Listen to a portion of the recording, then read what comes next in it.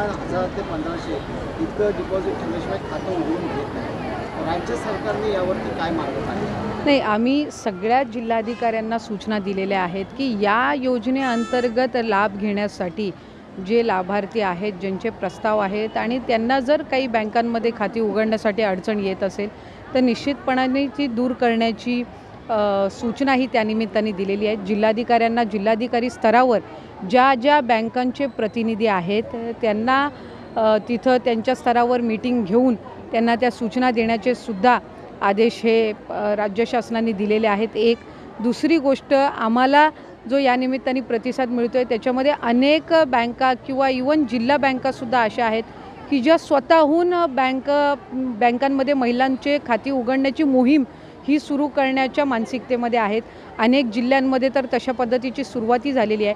आज आपण इथं या ठिकाणी याची माणगाव तालुक्यामध्ये याची सुरुवात करत असताना अनेक बँकांचे प्रतिनिधी आलेले आहेत जे बँकेचं खातं अकाउंट इथं ओपन करत आहेत आणि तिथले जे जिल्हाधिकारी आहेत, आज आपले रायगडचे जिल्हाधिकारी असतील, यांनी या बँकांच्या सर्व समवेत त्या संदर्भातली बैठक घेऊन या योजनेच्या अंतर्गत ज्या सूचना आहेत त्या दिल्या गेलेल्या आहेत।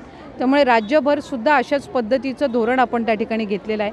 आम्ही सर्व बँकांना विनंतीपूर्वक सूचना करत आहोत की त्यांनी त्यांच्या इतर ज्या काही अटी शर्ती असतात त्या या योजनेअंतर्गत जे लाभार्थी आहेत यांच्यासाठी त्यांनी त्यानिमित्ताने काही मुभा या दिल्या गेल्या पाहिजेत, कारण अधिकाधिक महिला हे त्यांच्या स्वतःचं स्वतंत्र बँक अकाउंट उघडण्याच्या दृष्टिकोनातून प्रयत्न करत आहेत। आणि मला एका गोष्टीचा विशेष आनंद आहे की आत्तापर्यंत ज्या माता भगिनींचे स्वतःचे अकाउंट नव्हते ते सुद्धा या योजनेचा लाभ, कारण दर महिन्याला 1500 इतका निधी वितरित होणार आहे किंवा त्यांच्या अकाउंटला जाणार आहे आणि म्हणून या योजनेचा लाभ घेण्याच्या दृष्टिकोनातून ते स्वतःचं हक्काचं स्वतंत्र अकाउंट ओपन करतायत। ही सुद्धा आमच्यासाठी एक अतिशय आनंदाची आणि समाधानाची बाब आहे।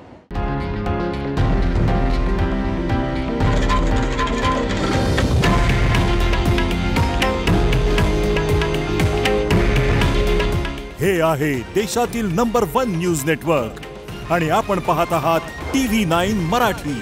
काळजी तुमची, हित महाराष्ट्राचं।